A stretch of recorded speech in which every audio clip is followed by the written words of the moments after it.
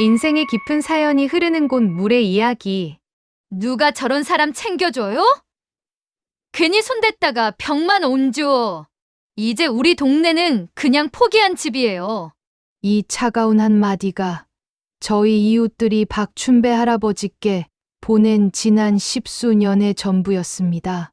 안녕하십니까? 저는 이 낡은 골목에서 40년 넘게 살아온 최경미입니다. 저는 오늘 저희 모두의 부끄러운 자화상을 고백하려 합니다.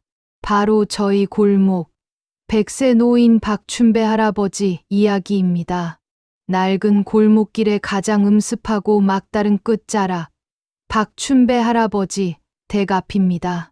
할아버지의 집은 더 이상 집의 형태가 아닙니다. 낡은 대문과 창문은 보이지 않습니다. 대신 집 주변으로 쓰레기 더미가 마치 성벽처럼 쌓여 있습니다. 폐지와 곰팡이 핀 옷까지, 딱딱하게 굳은 음식물 찌꺼기가 뒤섞여 흙벽처럼 변했습니다. 쓰레기는 문틈을 뚫고 맹렬하게 쏟아져 나와 골목의 절반을 차지하고 있습니다. 저희 이웃들은 이곳을 사회적 격리 구역이라 불렀고, 이 구역을 지나칠 때면 모두 코를 막고 걸음을 재촉했습니다. 공공장소에서 벌어지는 가장 사적인 형태의 모멸감이었습니다. 저희가 도착하기 불과 몇 분 전, 이 쓰레기 더미 앞에서 격렬한 언쟁이 벌어졌습니다. 골목 전체가 시계 소리마저 멈춘 듯한 정막에 휩싸인 가운데 단정하게 옷을 차려입은 40대 여성 이웃 김미숙 씨가 쓰레기 더미 앞에 공격적인 자세로 서서 그 정막을 깨트리는 날카로운 굉음을 질렀습니다. 그녀의 마스크 아래로도 억누를 수 없는 분노와 혐오가 새어나왔습니다. 이 쓰레기 당장 안 치워. 사람이 들어와서 못 살겠네. 진짜. 악취 때문에 머리가 아파서 미칠 지경이야. 구청에 신고하기 전에 치우라고 했지. 내가 당장 치우라고. 치워요. 좀 이 더러운 걸 진짜. 그 순간 쓰레기 더미 사이 낡은 대문 옆에 웅크리고 있던 박춘배 할아버지께서 마치 수백 년 묵은 고목이 뿌리를 뽑듯 천천히 몸을 일으키셨습니다. 할아버지의 모습은 100세 가까운 노인의 쇠약함 그 자체였습니다. 깊게 팬 주름 사이로 고통과 분노가 뒤섞여 있었고, 굽은 허리와 떨리는 다리는 제대로 몸을 지탱하지 못했습니다. 하지만 그분의 눈빛에는 절망적인 분노와 완강한 저항이 담겨 있었습니다. 시끄러워. 내가 왜 치워야 돼? 내가 싫다는데. 내가 뭔데 나한테 이래라 저래라야. 내가 내 물건에 손댈 자격이 있어. 내 물건이야. 하, 물건. 이게 물건이야. 이따위 썩은 폐지 쪼가리랑 곰팡이 핀 옷까지. 딱딱하게 굳은 음식물 찌꺼기가 당신한테는 보물이겠죠. 하지만 우리 이웃들한테는 재앙이라고요. 당신 때문에 우리 동네 집값 다 떨어지는 거 안 보여요? 매일 밤마다 쓰레기차가 드나들까봐 사람들이 불안해하고 애들이 악취 때문에 코피 터지는 걸 봐야겠어요. 대체 언제까지 이웃들한테 피해를 줄 건데? 당신만 이 골목에 사는 게 아니잖아. 내 인생이야. 나는 내 같은 젊은 것들한테 간섭받을 이유 없어. 너희들이 뭘 안다고. 꺼져. 다 나가. 할아버지께서는 100년의 시간을 견뎌낸 뼈마디가 부러질 듯 쓰레기 더미 위로 절규에 가까운 고함을 지르셨습니다. 그분의 고함은 단순히 분노가 아니었습니다. 그것은 사회가 빼앗으려는 자신의 마지막 존엄을 지키려는 가장 처절한 저항이었습니다. 그러나 그 처절함은 김미숙 씨에게 닿지 않았습니다. 그녀는 마스크를 고쳐 쓰며 할아버지를 바라보는 눈빛에 혐오와 승리감이 교차했습니다. 곧 구청에서 사람 올 거예요. 그때 가서도 치우지 마요. 그때는 당신이 아니라 법이 치울 테니까. 40대 여성 이웃의 분노 섞인 하이힐 소리가 차갑게 멀어지는 동안 100세 할아버지의 굽은 등은 더 이상 저항할 힘을 잃었습니다. 할아버지께서는 쓰레기 더미를 부여잡고 천천히 마치 세상의 무게에 짓눌린 듯 주저앉으셨습니다. 공공장소에서 벌어진 사회적 모멸감은 할아버지의 삶을 더욱 깊은 고립 속으로, 다시는 나올 수 없는 시간의 무덤 속으로 밀어 넣었습니다. 방금 전까지 이어졌던 격렬한 언쟁의 공기가 골목에 남아있는 듯했습니다. 저는 제 손에 들린 보온병과 죽 그릇을 내려다봅니다. 오늘은 제가 11번째 찾아온 날입니다. 지난 열흘 동안 저는 매일 같은 시간에 같은 자리에 죽을 두고 갔지만 그 그릇은 늘 굳어 있었습니다. 40년 이웃으로서 이 현실을 마주할 때마다 저는 죄책감 대신 나는 저렇게 되지 않을 거야 하는 이기적인 안도감만을 느꼈습니다. 저는 이제 더 이상 물러설 수 없다는 신락 같은 양심에 의지하여 쓰레기 더미 앞에 섰습니다. 발밑에서 밟히는 폐지의 바스락거리는 소리가 유난히 크게 들립니다. 저는 쓰레기 성벽 사이, 겨우 문이 있을 법한 공간을 향해 몸을 기울였습니다. 할아버지, 저 경미예요. 죽 가져왔어요. 오늘 날씨가 많이 춥습니다. 제발 나오셔서 따뜻한 죽이라도 드세요. 대답은 없습니다. 저는 손바닥으로 낡은 나무 문을 두드렸습니다. 퍽, 퍽 하는 소리는 쓰레기 더미의 완충 작용 때문에 둔탁하게 울릴 뿐이었습니다. 주변 이웃들의 창문이 닫히는 소리가 들려옵니다. 마치 제가 할아버지와 소통하려 시도하는 것 자체가 그들의 평화로운 저녁을 방해하는 행위라는 듯 말입니다. 제가 다시 한번 문을 두드리려는 순간이었습니다. 문 안쪽 쓰레기 더미 사이에서 깊고 건조하며 목이 쉰 듯한 기침 소리가 들려왔습니다.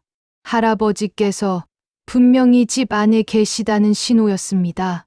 하지만 움직이지 않으셨습니다. 마치 이 세상과의 모든 접촉을 침묵으로 거부하겠다는 듯 기침 소리 외에는 아무런 반응도 없었습니다. 제 간절한 부탁에도 할아버지께서는 침묵으로 일관하셨습니다. 저는 결국 정성껏 끓여 온 죽 그릇을 쓰레기 더미 위에 가장 잘 보이는 곳에 겨우 올려놓았습니다. 그날 밤, 저는 한숨도 잘 수 없었습니다. 40대 여성 이웃 김미숙 씨의 날카로운 분노와 100세 노인의 절망적인 기침 소리가 계속 귓가에 맴돌았습니다.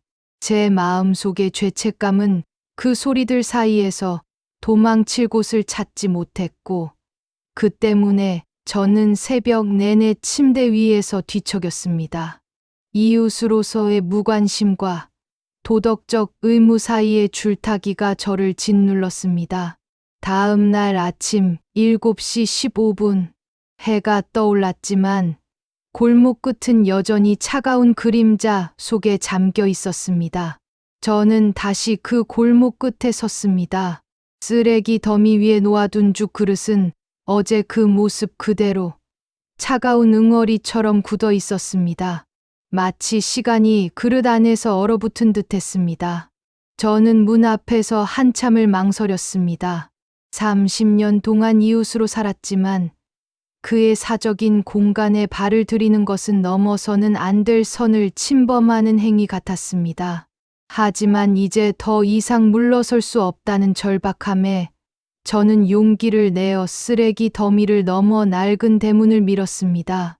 문은 삐걱거리는 소리조차 내지 않고 안으로 열렸습니다.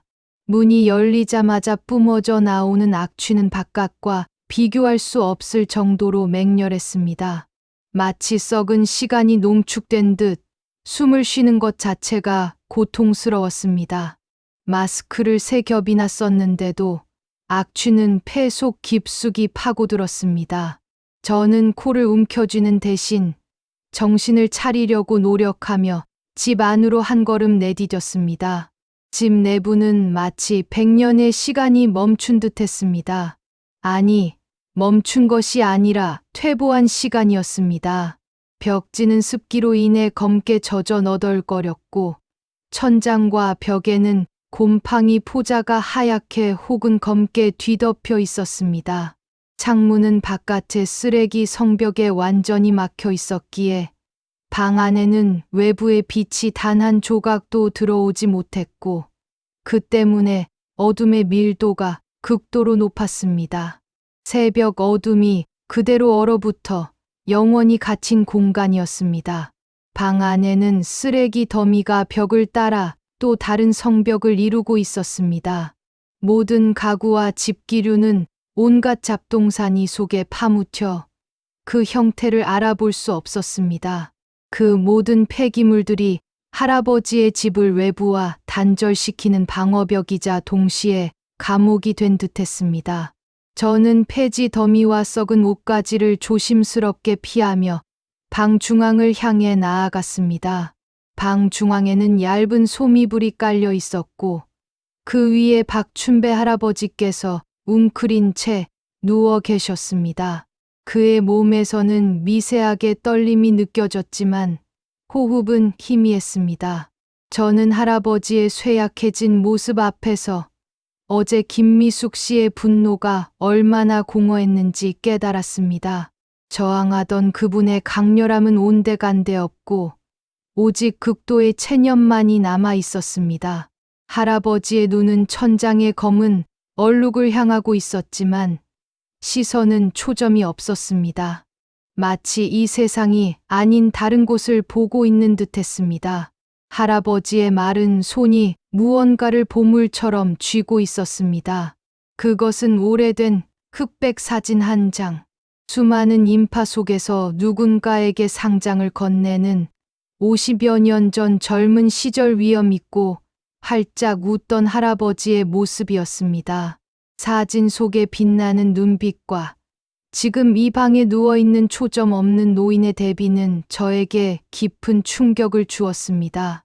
사진 속 영광은 할아버지의 손에 남아 있었지만 이 방의 어둠은 그 모든 과거를 잊어버리도록 강요하는 듯했습니다. 저는 그 낡은 사진을 차마 쳐다볼 수 없었습니다. 그때 밖에서 인기척이 들리더니 방문이 열리면서 바깥 골목의 차가운 공기와 함께 새로운 인물이 들어섰습니다. 구청에서 보낸 사회복지사였습니다. 30대 초반의 그는 깔끔한 정장과 하얀 와이셔츠 차림이었고 손에는 새까만 서류철을 들고 있었습니다. 방 안의 어둠과 습도 그리고 맹렬한 악취는 그의 완벽하게 규격화된 겉모습과 충돌하며 극도의 부조화를 이루었습니다. 그의 첫 행동은 숨을 들이마시려다 악취에 놀라 마스크를 고쳐 쓰는 것이었습니다.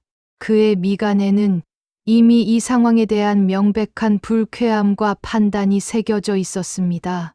혹시 보호자십니까? 저는 구청에서 나왔습니다. 박춘배 어르신 맞으시죠? 저희가 어제 민원 받고 왔습니다. 청소 전에 동의서 받으러 왔어요. 아, 저는 이웃입니다. 복지사님, 혹시 청소하시기 전에 할아버지 건강 상태는 확인하셨습니까? 하루 종일 아무것도 안 드셨습니다. 저희가 어제부터 계속 방문이나 전화로 요청드렸는데 응하지 않으셨습니다. 이렇게까지 행정력을 낭비하게 하시는 분은 드뭅니다. 어르신, 저희가 도와드리려고 왔습니다.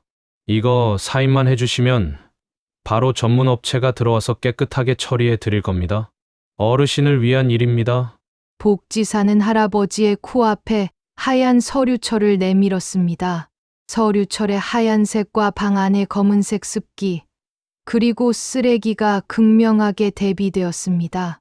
복지사의 시선은 오직 서류철의 서명란에만 고정되어 있었고 할아버지의 표정이나 그분의 손에 쥐어진 낡은 사진은 그의 시야에 들어오지 못했습니다. 그에게 할아버지는 그저 겉모습으로 판단이 끝난 처리해야 할 규정상의 대상일 뿐이었습니다. 할아버지께서는 미세하게 손을 떨었지만 서류에는 손대지 않으셨습니다. 대신 할아버지의 쉰 목소리가 힘겹게 그러나 완강한 울림을 담아 흘러나왔습니다. 너희들이 나를 구경거리로 만드는구나.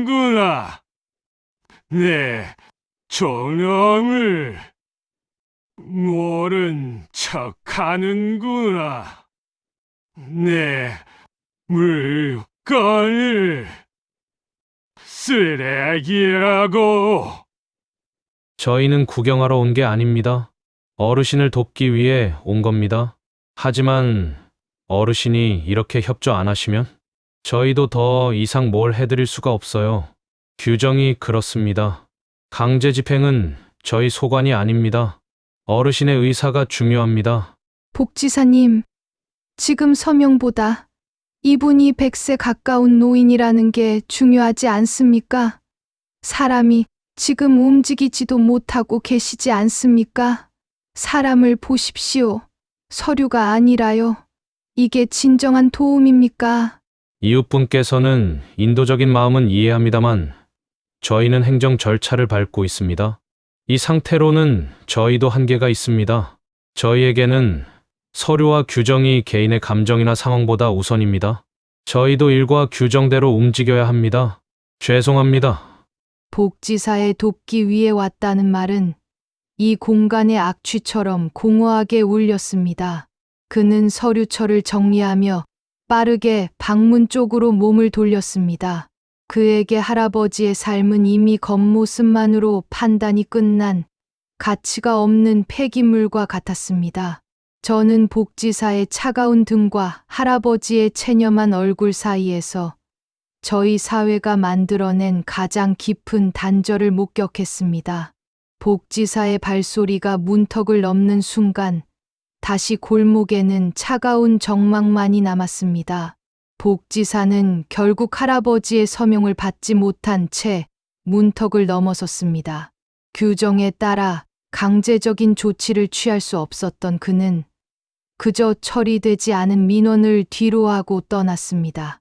복지사의 발소리가 멀어지는 순간 다시 골목에는 차가운 정막만이 남았습니다. 저는 그 자리에 한참을 서 있었습니다.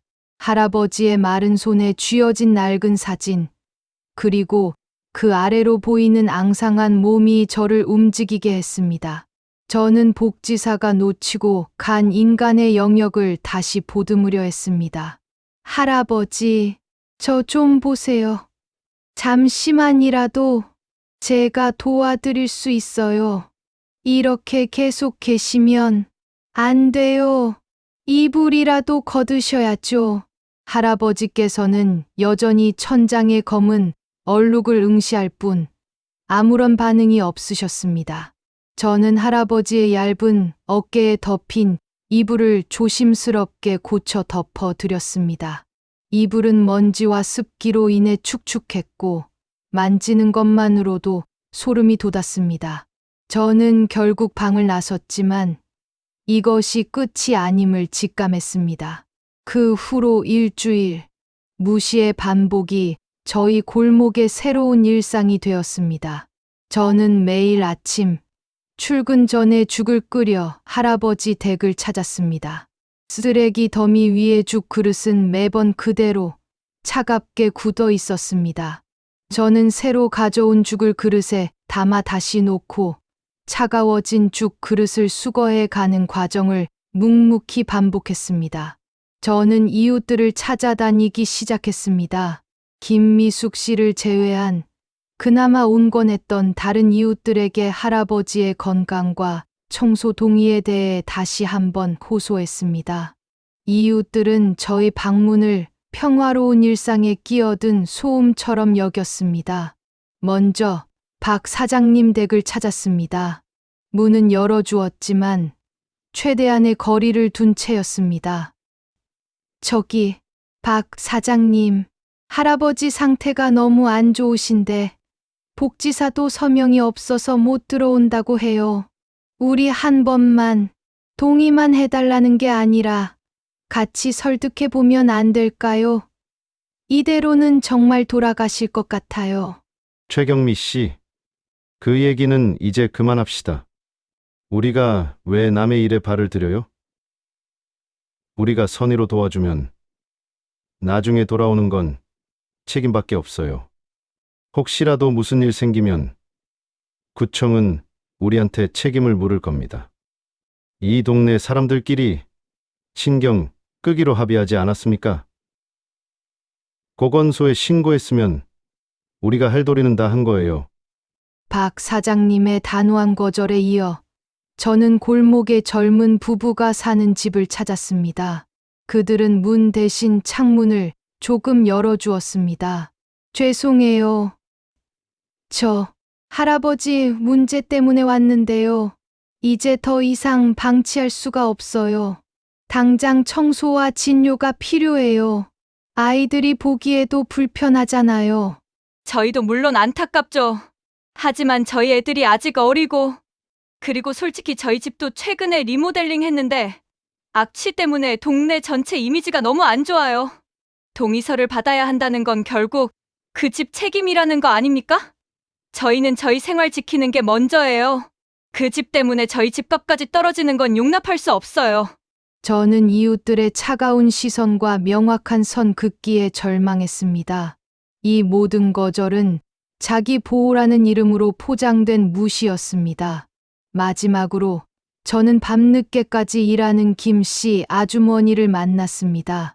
아주머니, 저예요. 할아버지, 그냥 이렇게 두면 안 될 것 같아서요. 잠깐 시간 내서 같이 한 번만 설득해 주시면 안 될까요? 경미 씨, 나는 지금 당장 내일 장사 준비할 시간도 없어. 남이 어떻게 사는지 신경 쓸 여력이 없다고. 100살이나 살았으면 자기 몸 자기가 건사해야지. 복지사가 왔다 갔는데도 안 된다는 건 본인이 도움을 거부하는 거잖아요. 우리가 할 수 있는 건 없어. 이쯤 되면 그냥 포기해요. 이웃들의 차가운 목소리, 굳게 닫히는 창문과 문, 그리고 그들의 명확한 책임 회피는 저의 노력을 번번이 좌절시켰습니다. 그러나 저는 포기할 수 없었습니다. 그분의 침묵 속에서 저는 무언가 긴박한 신호를 감지했기 때문입니다. 8일째 되는 저녁, 평소보다 더 늦은 시간, 저는 할아버지 댁에 도착했습니다. 골목은 완전히 어두웠고 악취는 습기를 머금어 더욱 짙게 깔려 있었습니다. 저는 늘 하던 대로 쓰레기 더미 위에 죽 그릇을 놓고 돌아서려 했습니다. 그때 문 안쪽에서 작고 불규칙한 소리가 들렸습니다. 단순한 기침 소리가 아니었습니다. 무언가를 긁는 듯한 혹은 문턱으로 밀어내는 듯한 소리였습니다. 저는 등골이 오싹해지는 것을 느끼며 숨을 멈추고 귀를 기울였습니다. 할아버지, 계세요? 괜찮으세요? 무슨 일이에요? 잠시 정적이 흘렀습니다. 그리고 다시 탁, 탁 하는 물건이 딱딱한 바닥에 부딪히는 소리가 2번 매우 힘겹게 들렸습니다. 저는 직감적으로 할아버지께서 무언가를 저에게 건네려 한다는 것을 깨달았습니다. 이 불안정한 소리가 바로 반복되는 무시 속에 생긴 작은 균열이었습니다. 저는 쓰레기 더미에 가장 낡고 문에 가까운 틈새를 향해 간절히 몸을 숙였습니다. 어둠 속에서 손을 더듬었습니다. 그리고 할아버지의 손이 닿을 만한 지점에서 작은 유리병 하나를 발견했습니다. 그것은 병이라기보다는 얇고 오래된 약병에 가까웠습니다. 저는 떨리는 손으로 그 약병을 집어 들었습니다. 뚜껑은 이미 열려 있었고 약병 안에는 마지막 남은 두 알의 약이 들어 있었습니다. 그리고 그 약병 바로 옆에 마치 고의적으로 찢어낸 듯한 낡고 누런 종이 조각 하나가 힘없이 놓여 있었습니다. 저는 이 낡은 종이 조각이 할아버지의 침묵과 체념 속에서 저에게 던져진 가장 긴박하고 유일한 구조 신호라는 것을 알았습니다. 저는 떨리는 손으로 그 종이 조각을 펼쳤습니다. 어둠 속에서도 희미하게 보이는 오래된 붓글씨 같은 글자들이 저의 눈에 들어왔습니다. 저는 종이를 잡은 채 골목 어귀까지 몇 걸음 물러섰습니다. 가까스로 가스등의 희미한 주황빛이 닿는 곳에서 저는 숨을 죽이고 글자를 해독하기 시작했습니다. 어둠 속에서 글자를 읽는 것은 고통스러웠습니다. 글자는 붓글씨처럼 굵고 불안정했으며 잉크가 번져 획이 끊겨 있었습니다. 마치 할아버지의 목숨처럼 위태롭게 이어지는 단어들이었습니다. 맞이, 막, 열쇠, 는, 이름 아래 있다. 열쇠. 저는 그 단어에 심장이 쿵 내려앉았습니다.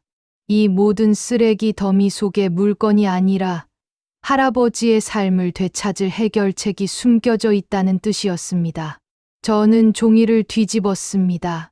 그리고 두려움과 기대가 뒤섞인 채 다음 단어들을 발견했습니다. 경성, 50년의 기억, 지켜야. 할아버지가 나에게 이걸 왜 지금 주신 걸까? 이게 도대체 뭘까?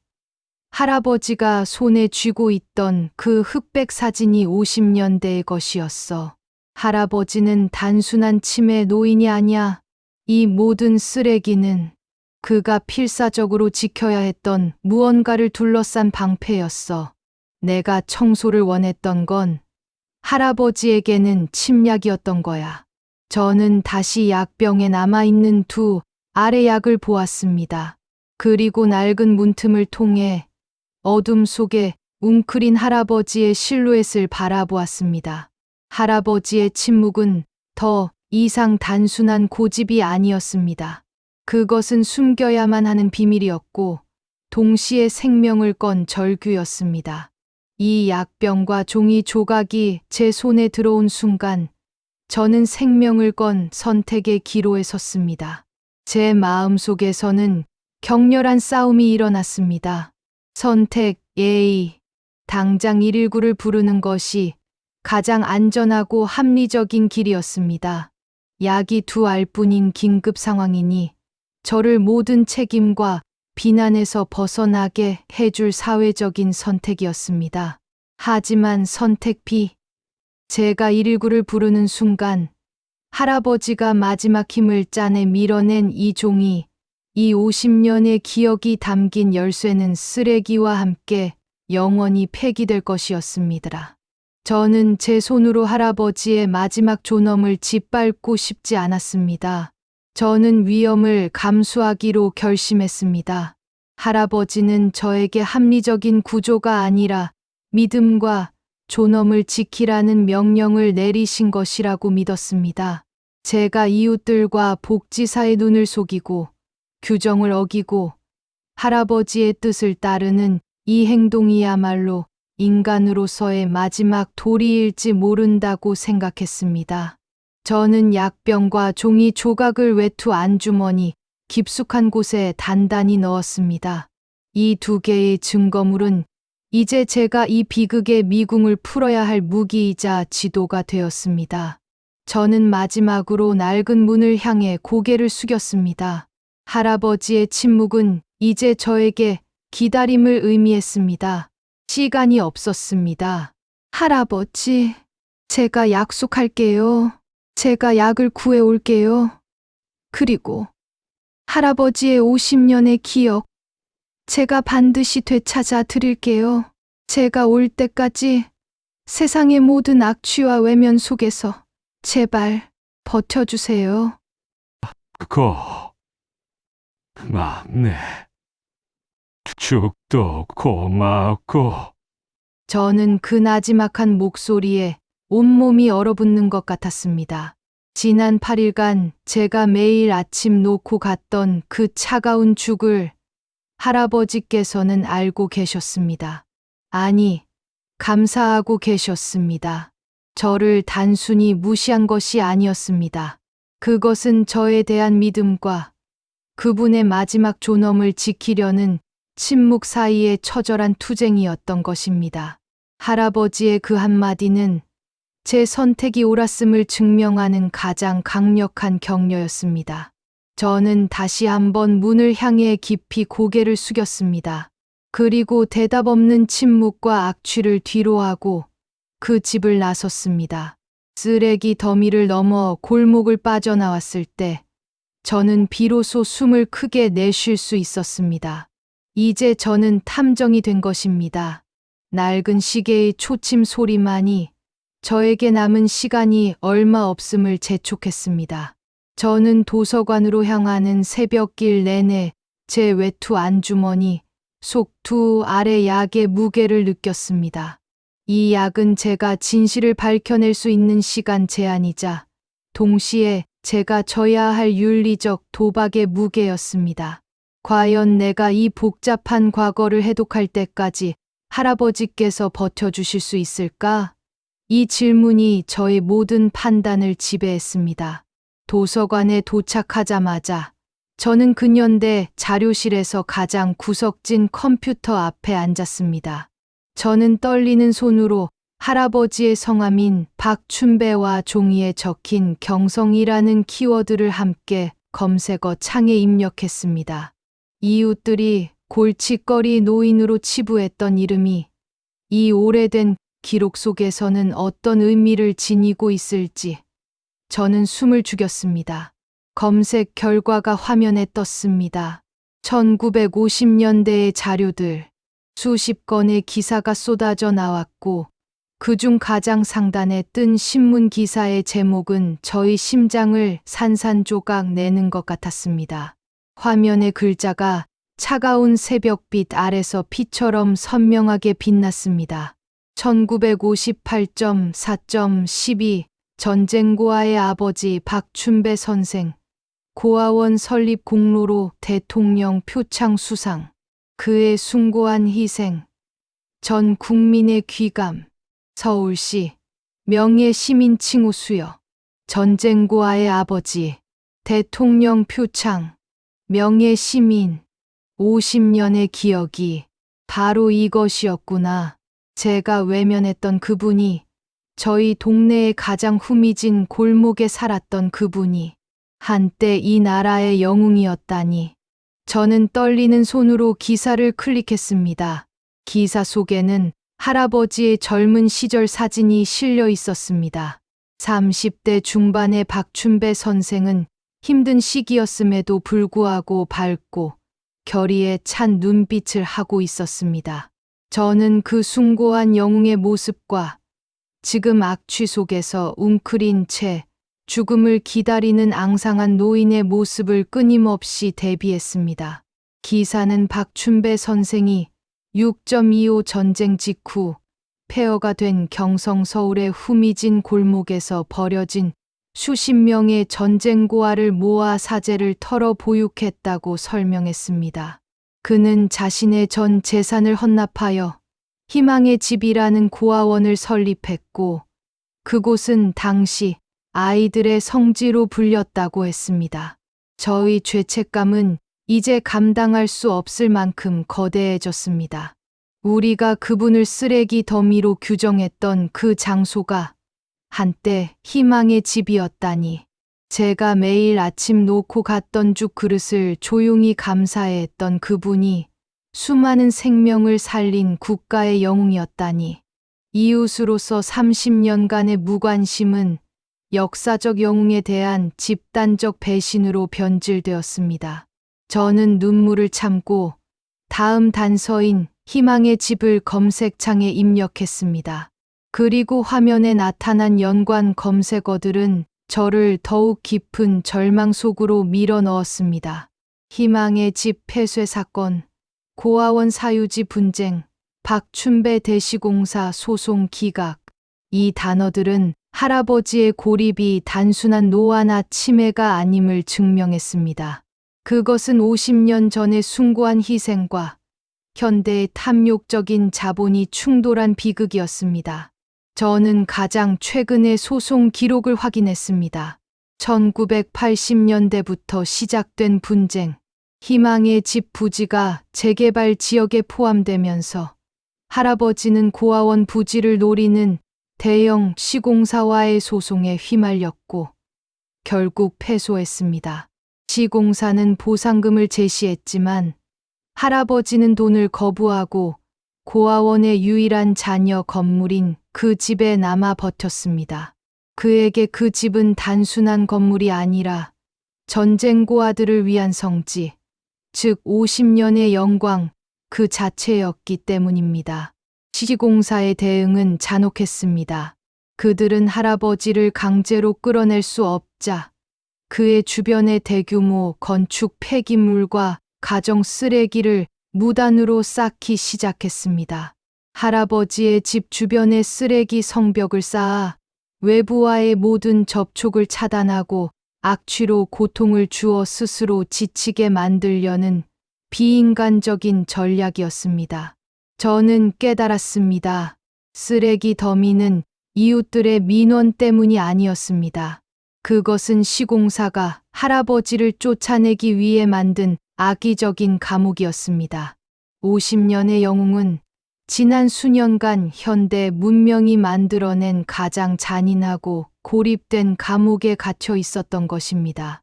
그리고 저희 이웃들은 악취가 싫다는 이유로 민원을 넣고 그를 외면함으로써 그 감옥의 간수 역할을 충실히 수행했던 것입니다. 제 안주머니 속 두 알의 약이 저에게는 더욱 무겁게 느껴졌습니다. 이 모든 역사의 비극이 고작 두 알의 약이 버틸 수 있는 시간 속에 갇혀 있는 것이었습니다.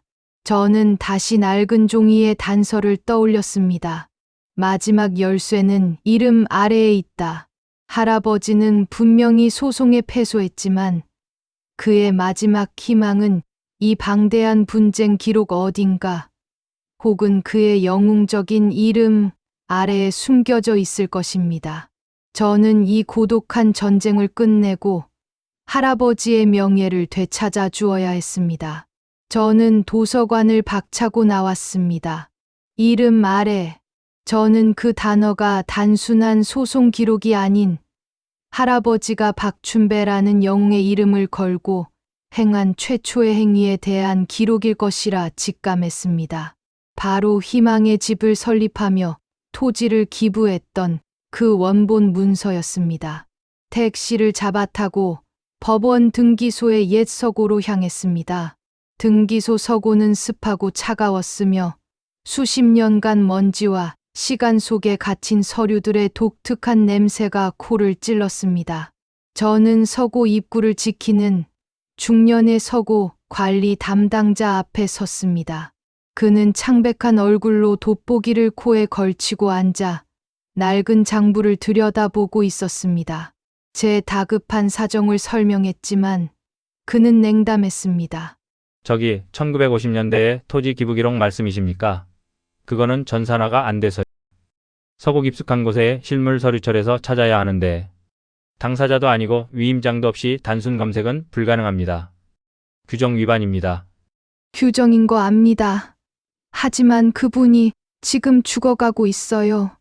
이 기록이 그분의 마지막 희망입니다. 50년대 토지 기부 기록, 박춘배라는 이름만 아시면 됩니다.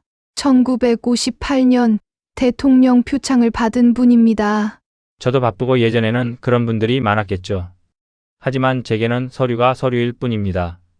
다시 말씀드리지만 법적 절차를 밟아 오십시오. 저는 그의 차가운 시선에서 할아버지의 집을 외면했던 이웃들의 모습을 보았습니다.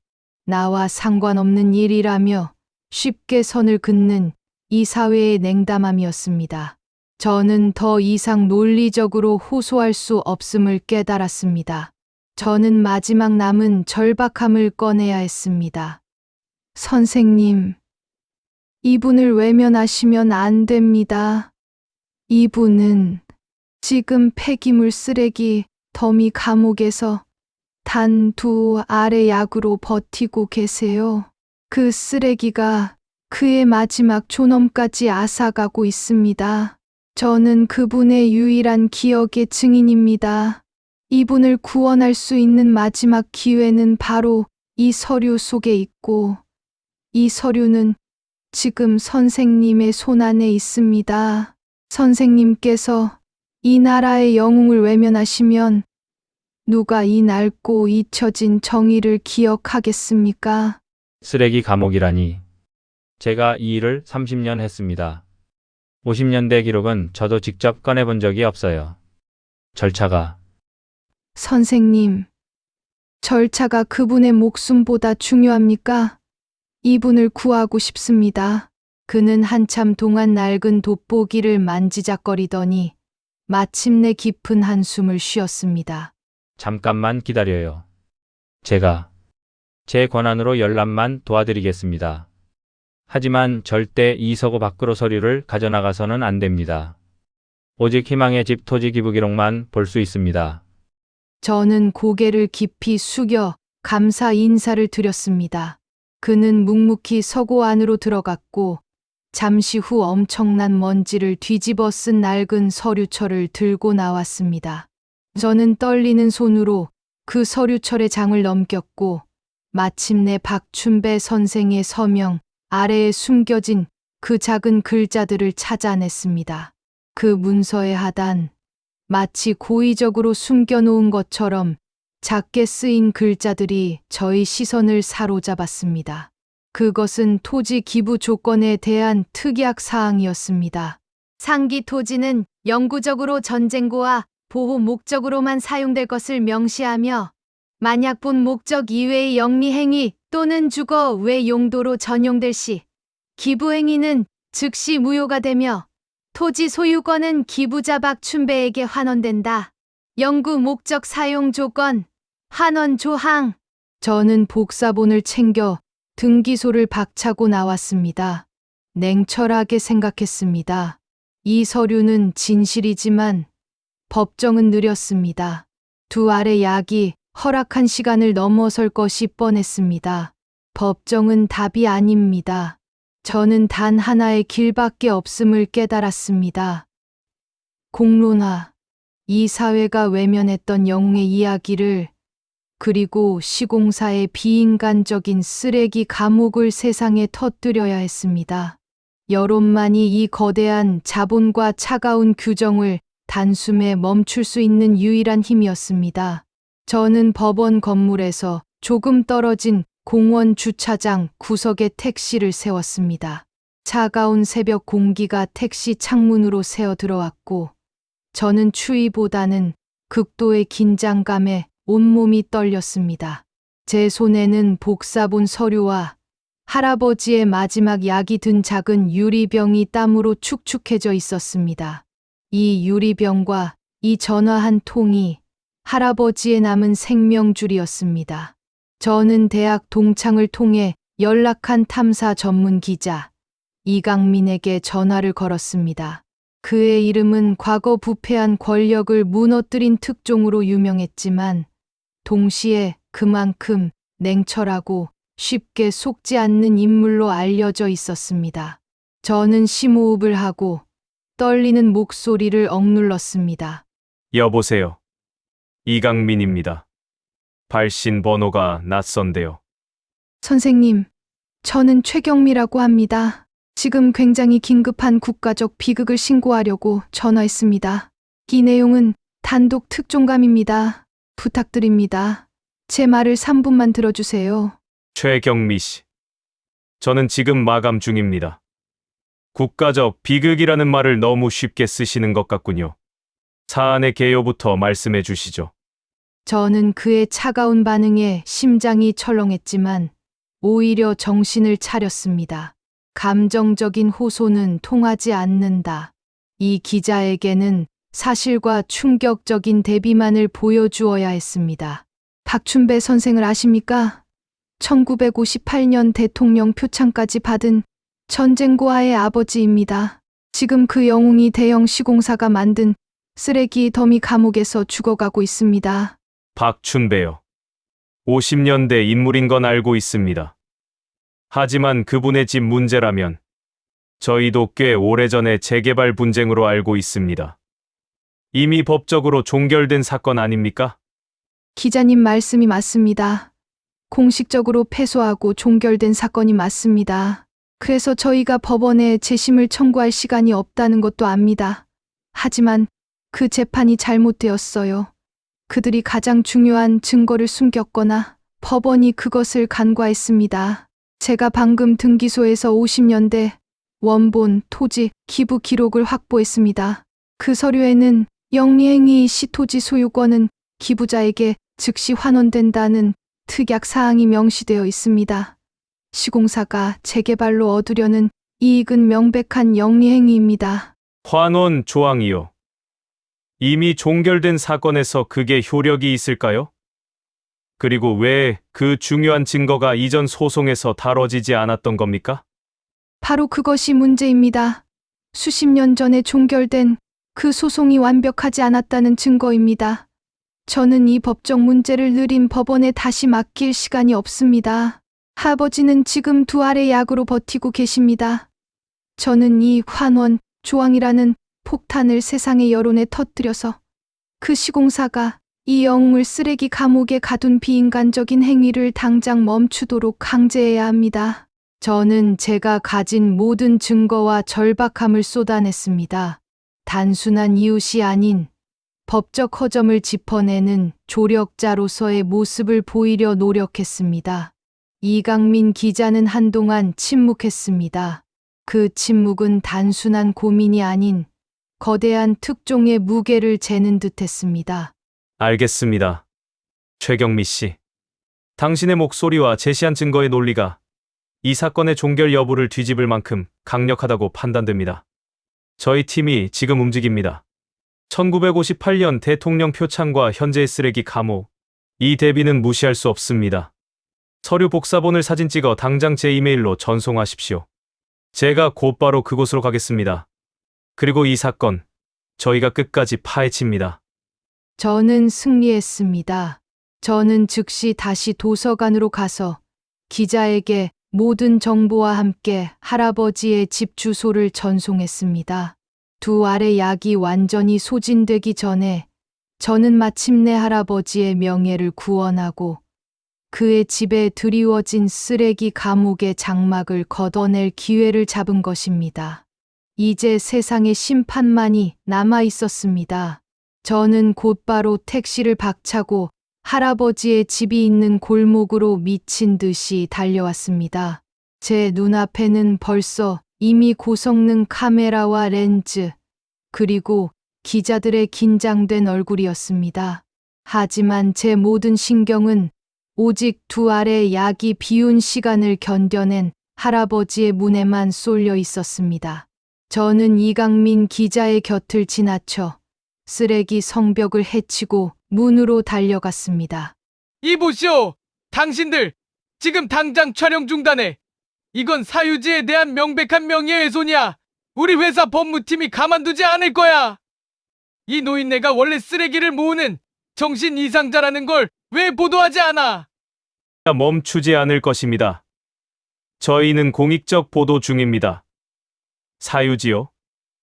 이 땅은 1958년 당신들이 아닌 이 노인이 국가에 헌납했던 희망의 집, 부지입니다. 법무팀이요? 저희는 50년 전 토지 기부 기록에 명시된 영리행위 시 소유권 환원 조항을 확보했습니다. 당신들은 이 조항을 고의로 은폐하고 소송을 진행했거나 법원의 판단을 왜곡한 것입니다. 지금 당장 카메라 앞에서 말씀해 주십시오. 당신들이 이 쓰레기를 쌓은 것이 단순한 폐기물 처리였습니까? 아니면 한 영웅을 내쫓기 위한 의도적인 감금 행위였습니까? 이 말도 안 돼! 그건 오래된 서류! 소송은 이미 끝! 소송이 끝났다고요? 이분이 지금 두 알의 약으로 버티다가 사경을 헤매는 현실은 아직 끝나지 않았습니다. 당신들이 쌓아 올린 이 쓰레기 성벽이 이 노인에게는 생지옥이었습니다. 저희는 이 문제를 법원의 느린 절차에 맡기지 않을 것입니다. 이 문제는 사법정해 이전에 대한민국 국민의 양심에 호소해야 할 문제이기 때문입니다. 저는 그들의 비열한 싸움을 들을 겨를이 없었습니다. 제 손은 차갑게 떨렸지만 낡은 문고리를 잡는 힘은 단호했습니다. 문 안에서는 악취가 새어나왔지만 그 안에 있는 생명의 징후에 저는 모든 것을 걸었습니다. 아버지, 저예요, 경미예요. 이제 다 끝났어요. 제가 약속했어요. 세상이 할아버지의 이름을 기억하러 왔어요. 문이 아주 느리게 그러나 확실하게 열렸습니다. 그 좁은 틈새로 뿜어져 나오는 악취는 단순한 쓰레기 냄새가 아니었습니다. 그것은 50년간 이 사회가 외면하고 방치했던 죄의 냄새였고 고립의 냄새였습니다. 그 어둠 속에서 저는 앙상하게 마른 몸을 억지로 일으킨 할아버지를 발견했습니다.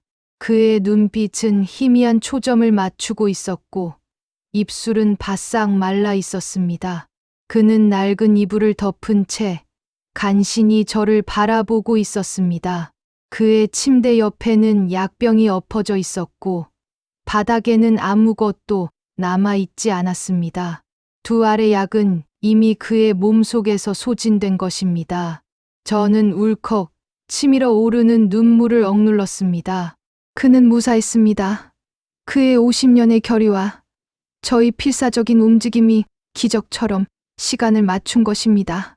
저는 황급히 문 안으로 들어가 할아버지의 몸을 부축했습니다. 아버지, 무사하셔서 다행입니다. 제발 저를 믿고 잠시만 따라와 주세요. 여기는 더 이상 할아버지가 계실 곳이 아닙니다. 맙다. 나의 힘아. 그는 제 손을 잡고 앙상한 손가락 사이로 무언가를 쥐어주었습니다. 그것은 1958년 대통령 표창장에 함께 있었을 법한 색이 바래고 말라버린 작은 노란 국화 꽃이 피었습니다. 50년의 영광과 50년의 고통이 압축된 무언의 고백이자 마지막 승리의 증거였습니다. 구급대원들이 전문적인 움직임으로 할아버지를 들것에 옮기는 동안 저는 쓰레기 더미를 넘어섰습니다. 카메라 렌즈들이 문틈을 통해 할아버지의 굴욕적인 침실을 담아내는 순간 시공사 관계자들은 완전히 패닉에 빠졌습니다. 촬영 중지! 이건 함정이야! 함정이라고! 이 증거들은 조작된 거야! 조작된 것이라면 이 노인에게 깔린 이 쓰레기 더미가 그 증거입니다. 당신들은 이분의 고통을 방치함으로써 이 노인을 사회적으로 매장하려 했습니다. 저희는 확보한 증거를 바탕으로 이 시공사를 끝까지 추적할 것입니다. 저는 할아버지가 들것에 실려 나가는 것을 도왔습니다. 마침내 쓰레기 성벽을 넘어 푸른 하늘 아래로 나오는 순간 할아버지는 마지막 남은 힘을 다해 눈을 감았습니다. 그것은 휴식이었습니다. 50년간의 고독한 전쟁을 끝낸 영웅의 안식이었습니다. 저는 할아버지의 손을 잡고 구급차에 함께 올랐습니다. 창밖으로 쓰레기 더미가 멀어져 갔습니다. 제 손에 쥐어진 마른 꽃잎은 차가웠지만 제 마음은 뜨거웠습니다. 할아버지는 무사했습니다. 그리고 그의 존엄은 마침내 세상의 빛 아래 되찾아진 것입니다. 이제 그 쓰레기 감옥은 우리 모두가 영원히 잊지 말아야 할 이 시대를 향한 준엄한 경고가 될 것입니다. 구급차의 요란한 사이렌 소리가 제 모든 불안을 찢어밟기는 듯했습니다. 저는 구급차 안에서 할아버지의 앙상한 손을 놓지 않았습니다. 50년간의 희생이 그리고 제 모든 노력이 두 알의 약이 비운 그 짧은 시간 속에 갇혀 있다가 마침내 터져 나온 것입니다. 제 손에 쥐어진 마른 국화 꽃잎만이 이 모든 것이 현실이었다는 유일한 증거였습니다. 할아버지는 응급실로 옮겨졌고 저는 넋을 잃은 채 복도에 앉아 있었습니다. 잠시 후 주치의가 나와 저에게 말했습니다. 주치의 환자분 극심한 영양실조와 탈진 상태입니다. 하지만 다행히 고비는 넘겼습니다. 폐렴 증세가 있지만 생명에는 지장이 없습니다. 조금만 늦었더라면 위험했을 겁니다. 천운입니다. 저는 그 자리에 주저앉아 소리 없는 울음을 터뜨렸습니다. 무사합니다. 할아버지는 살아남으셨습니다. 저의 고독한 전쟁은 최소한 패배로 끝나지 않았습니다. 그로부터 몇 시간 후, 제가 병원 복도에서 겨우 눈을 붙인 새벽, 세상은 이미 뒤집혀 있었습니다. 이강민 기자가 이끄는 탐사보도 팀의 특종 보도는 전국을 강타했습니다. 쓰레기 감옥 사건, 영웅의 비극, 50년 전 토지 환원 조항 은폐 의혹이라는 헤드라인이 모든 주요 신문과 방송의 일면을 장식했습니다. 보시는 것처럼 한때 국가적 영웅이었던 박춘배 선생의 처참한 주거 환경은 대형 시공사의 비윤리적인 행태를 상징하고 있습니다. 특히 50년대 토지 기부 원본에 숨겨져 있던 영구 목적 사용 조항이 뒤늦게 공개되면서 이 사건은 단순한 재산권 분쟁을 넘어선 사법 정의의 문제로 확대되고 있습니다. 저는 병원 로비의 TV 화면을 멍하니 바라보았습니다. 할아버지의 낡은 집, 그 비참했던 쓰레기 성벽이 전국에 생중계되고 있었습니다. 분노한 여론은 들불처럼 번져나갔습니다. 인터넷 포털 사이트는 온통 시공사에 대한 비판과 할아버지에 대한 연민으로 도배되었고, 시민단체와 인권 변호사들이 자발적으로 움직이기 시작했습니다. 그날 오후 사태의 심각성을 깨달은 대형 시공사 측은 마지못해 기자회견을 열었습니다. 그들의 얼굴은 새벽에 오만했던 관계자와 달리 창백했고 목소리는 떨렸습니다. 그들은 부동산 분쟁 과정에서 발생한 불미스러운 일이라며 미약한 사과문을 읽었습니다. 하지만 그들이 언급을 피했던 토지 환원 조항과 두 아래 약의 진실은 이미 전 국민의 심장에 박혀 있었습니다. 가장 놀라운 변화는 법조계에서 일어났습니다. 이미 법적으로 종결되었던 사건이 압도적인 여론의 힘과 새로운 증거에 밀려 다시 수면 위로 떠오른 것입니다. 제가 이강민 기자에게 제공한 환원 조항은 이제 법조계에서 공익 목적 토지 기부의 원칙을 되살리는 핵심 증거로 논의되기 시작했습니다. 저는 병실 창밖을 바라보았습니다. 할아버지는 산소 호흡기를 달고 편안히 잠들어 계셨습니다. 저는 마침내 깨달았습니다. 제가 싸웠던 것은 단순히 할아버지의 명예만이 아니었습니다. 저는 돈과 권력에 의해 쉽게 잊혀지고 짓밟히는 정의의 이름을 위해 싸운 것이었습니다. 저의 고독한 전쟁은 끝났지만 이제 시대의 심판이 시작된 것입니다. 세상의 심판은 빨랐습니다. 압도적인 여론의 분노 앞에서 시공사는 하루 만에 모든 공사를 중단했고 법원은 즉시 저희 측의 점유 방해 행위 금지 가처분 신청을 받아들였습니다. 토지 환원 조항이라는 50년 묵은 진실이 마침내 할아버지의 집을 지켜내는 방패가 된 것입니다. 저는 할아버지의 병실에서 변호사로부터 승전보를 들었습니다. 최경미 씨, 가처분 인용되었습니다. 시공사는 당장 할아버지의 집에서 손을 떼야 합니다. 법원은 영구 목적 사용이라는 기부자의 뜻을 존중했고 쓰레기 방치가 명백한 점유 방해 행위임을 인정했습니다. 박춘배 선생님의 집을 더 이상 함부로 건드릴 수 없습니다. 이제 우리가 싸울 시간을 벌었습니다. 저는 수화기를 든 채 눈을 감았습니다. 승리의 여운보다 할아버지의 집에 드리워졌던 어둠이 걷혔다는 안도감이 더 컸습니다. 하지만 집이 안전해졌다고 해서 끝난 것은 아니었습니다. 그 집은 여전히 쓰레기로 가득 찬 악취 나는 감옥이었습니다. 할아버지는 회복 속도가 놀라웠지만 주치의는 당장 퇴원을 허락하지 않았습니다. 저는 할아버지께 깨끗하고 따뜻한 집으로 돌아오시게 해드리겠다고 약속했습니다. 그리고 병원을 나서는 순간 저는 놀라운 풍경과 마주했습니다. 세상이 움직이고 있었습니다. 할아버지의 집 주변은 이제 전쟁터가 아니라 희망의 현장이었습니다. 기사와 보도를 보고 분노한 시민들과 환경미화원, 대학생 봉사단까지 수백 명의 사람들이 자발적으로 모여 그 쓰레기 성벽을 허물고 있었습니다. 그들의 땀과 노력은 단순한 청소가 아니었습니다. 그것은 50년간 방치되었던 국가적 죄책감을 씻어내는 속죄의 의식이었습니다. 경미 씨, 이쪽 쓰레기는 거의 다 치웠어요. 이제 집 안쪽으로 들어가서 악취를 잡아야 해요. 감사합니다. 정말 감사합니다.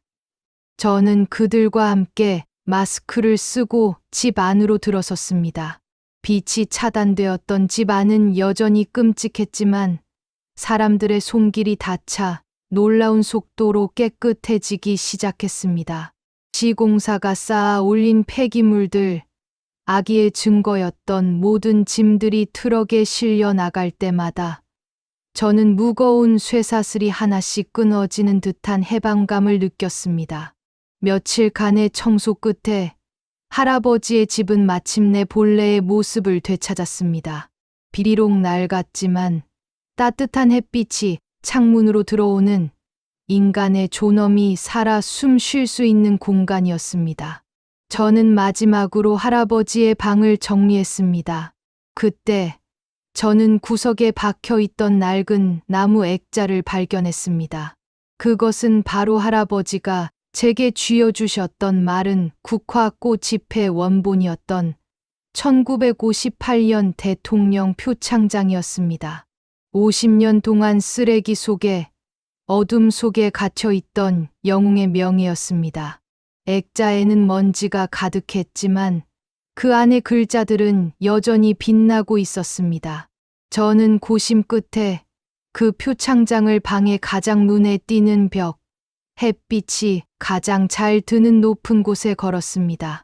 저는 이제 할아버지가 과거의 영웅이 아니라 현재의 승리자로서 이 집으로 돌아오셔야 한다고 생각했습니다. 그 표창장은 이 집의 역사이자 할아버지의 저항의 증거였습니다. 마침내 퇴원날, 저는 할아버지를 집으로 모시고 왔습니다. 그는 제가 부축하는 팔에 의지한 채 조심스럽게 현관문을 열었습니다. 할아버지는 그 자리에 멈춰 서서 집 안의 따뜻하고 깨끗한 풍경을 천천히 둘러보았습니다. 햇빛이 들어오는 거실, 깨끗한 마루, 그리고 벽에 걸린 표창장까지. 경미야, 이게 내 집이 맞느냐? 네, 할아버지. 맞아요. 할아버지의 집이에요. 세상이 할아버지의 집을 다시 찾아주었어요. 그리고 할아버지의 명예도요. 할아버지는 아무 말 없이 벽에 걸린 표창장을 한참 동안 올려다보았습니다. 그리고 천천히 눈을 감았다가 떴습니다. 그분의 눈동자에는 더 이상 흐릿한 절망이나 공포가 없었습니다.